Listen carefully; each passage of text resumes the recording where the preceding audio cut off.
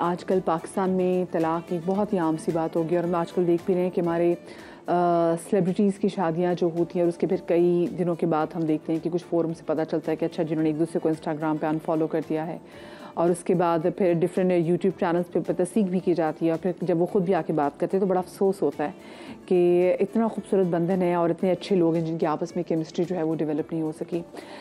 एक सर्वे के मुताबिक आपको पता है रोज़ाना 100 से ज़्यादा केसेस फाइल किए जा रहे हैं और तलाक केसेस फाइनल करने की ज़्यादा शरह ख़वातीन की है।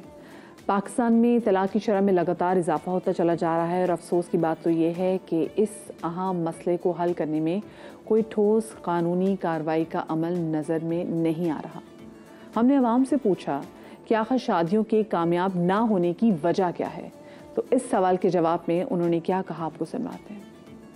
कोई भी जो है वो एक मतलब किसी भी तरह का किसी भी लेवल का कॉम्प्रोमाइज़ करने के लिए तैयार नहीं है, बर्दाश्त करने के लिए तैयार नहीं है। किसी भी लेवल पे वो कहते हैं नहीं बस मैं ही रहूँ। मेन रीज़न यहाँ पर ये भी है कि कुछ जो बड़े जो है वो बैक पे वो सपोर्ट सही तरीके से नहीं करते, अपनी बेटी हो या बेटा हो उसकी ज़िंदगी में अमल दखल भी बहुत होता है और दूसरा जो है वो गाइड सही नहीं करते। जब तक आप दीन से दूर हो गए तो आपके दुनियावी मामले भी ख़राब होंगे, उसमें से शादी सबसे बड़ी चीज़ है आपकी। ससुराल में कुछ इख्तलाफात हो जाते हैं, उनमें भी अंडरस्टैंडिंग नहीं हो पाती फैमिली में, तो वो एडजस्ट नहीं कर पाती हैं जो बहू होती हैं, बेटी होती हैं, ये वजूहात भी हो सकती हैं। बाहर आप देखेंगे अमूमन जो है वो मर्द ही आपको खाना खाते हुए नज़र आएंगे। उसकी वजह यही है कि घर में शायद उनको वो सुकून नहीं मिलता जो एक औरत से मिलना चाहिए उनको, तो मैं भी यही वजह है कि शादियां कामयाब नहीं हो रही। लड़ाइयाँ होती हैं, कुछ होता है तो फिर बर्दाश्त की कमी की वजह से मुझे लगता है कि फिर शादियाँ इतनी पायदार नहीं हो पा रही हैं जैसे पहले होती थी।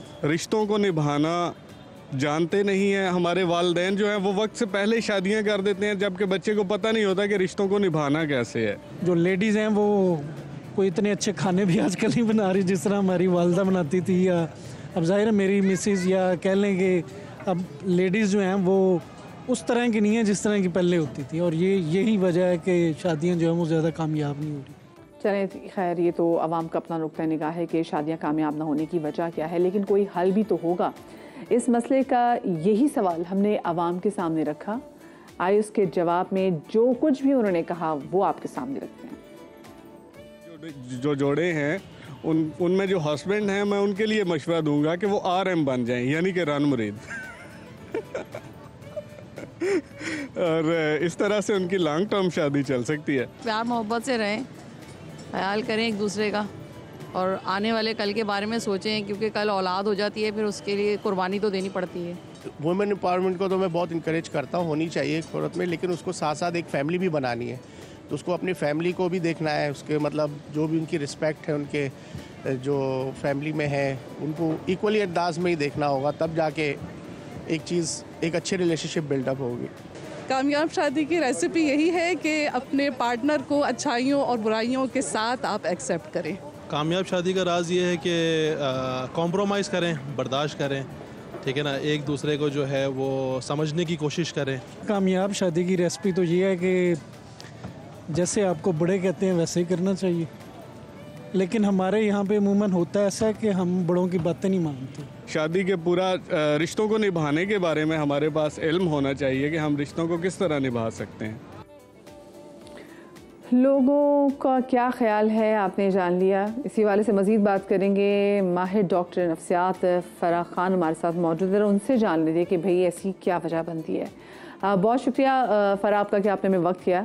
फ़राह, आप ये बताइए कि आप क्या समझती हैं कि आजकल जो तलाक के बढ़ते हुए केसेस हैं, जो परसेंटेजेस हैं, उनकी असल वजह क्या है? अस्सलाम वालेकुम Madiya, first of all thank you for having me over. आपका ब्रिलियंट वर्क और सारी चीज़ें देखी हैं, और आज का टॉपिक भी काफ़ी हसास है और ऐसा सोसाइटी का इशू है जो शायद प्रोबेबली आज की परसेंटेज तो रिपोर्ट हो रही है मदिया, बट ये इश्यूज तो बहुत पुराने हैं।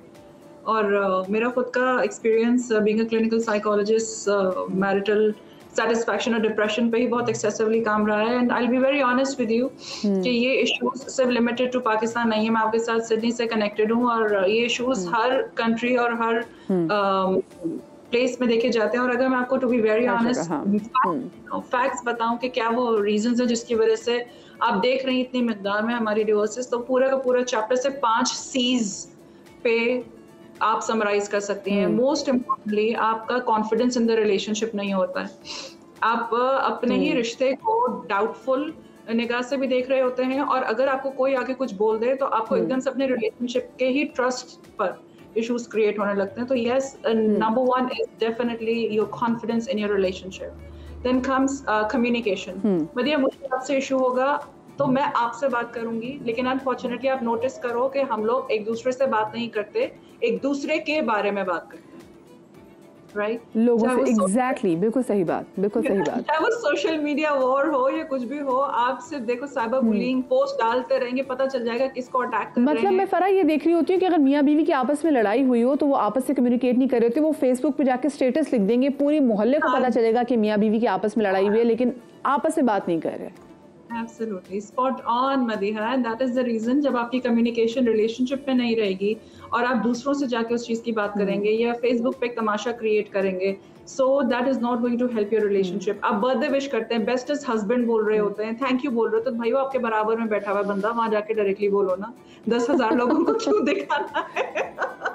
बिल्कुल सही बात है। लेकिन मुझे आप ये बताएं कि क्या इसकी एक बड़ी वजह ये भी है, हमारी एक्सपेक्टेशंस बहुत ज़्यादा बढ़ गई हैं। बचपन से ना हमारे बड़े भी बड़ी एक्सपेक्टेशन बना रहे थे, भी शादी के बाद जो चीज़ें वो कर लेना, शादी के बाद ये कर लेना, वो कर लेना। शादी के बाद मियाँ कहते हैं भी क्यों किया, बाप के घर से करके आती, एक तो वो चीज़ें भी। फिर दूसरी बात ये कि अदम बर्दाश्त दोनों पार्टी इसमें बहुत ज़्यादा हो गया है। हम ख़वातीन को इसीलिए वो बचपन से कहते हैं कि भाई मर्द तो ऐसा है ही है, तुमने घर बनाना है।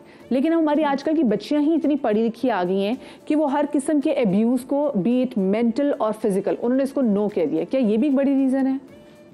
So I'll tell you something कि by the way आपका ये जो thought है, input है that family has a role to play, that's absolutely important because हम upbringing अपनी बेटियों की अपने ही घर से करते हैं। And I'll tell you, आप भी मदिया अपने सराउंडिंग्स में नोट करोगे कि जी हमारी बेटी तो बहुत नाजों में पली है, तो इसमें कोई फख्र की बात नहीं है, because taking care of your home is not a gender based role, it's a life skill जो कि माओ को, लड़की को भी सिखानी चाहिए, लड़के को भी सिखानी चाहिए कि अगर उसको अकेले मैनेज करना पड़े तो what is he going to be a disaster, right? So which comes back to our next 2 C's, which is number 1, मतलब नंबर 3 जो वो होगा compromise.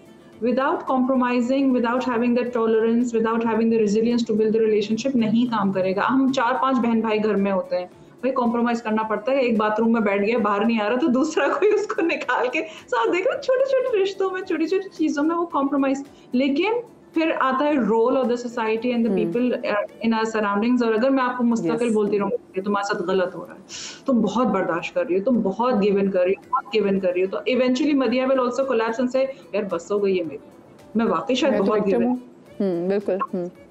Or a victim loses the capacity to think rationally, to think logically, and that's when the issues are going to come into play. And the last thing which you said, yes, compromise is utmost important, but both sides से, एक तरफ से नहीं.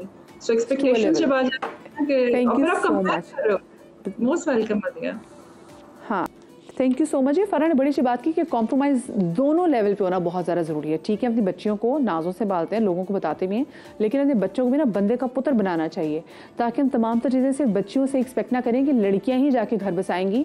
बंदों का भी उतना ही किरदार होता है एक घर को बनाने में, क्योंकि आजकल की बच्चियाँ कमा के भी ला रही हैं घर में। पहले हम कहते थे जी बंदा घर में सिर्फ कमा के ला रहा है, तो लड़की को चाहिए कि वो कॉम्प्रोमाइज़ करे। अब तो वो बेचारी भी कमा के लेकर आ रही है, वो भी नौकरी कर रही है, वो भी तमाम तो चीज़ें कर रही है, आपके बच्चे का ख्याल रखिए, आपके घर का ख्याल रखती है, फिर हम उससे तुम कॉम्प्रोमाइज़ भी करो। मुझे एक छोटी सी ब्रेक लेनी, ब्रेक के बाद मिलते हैं।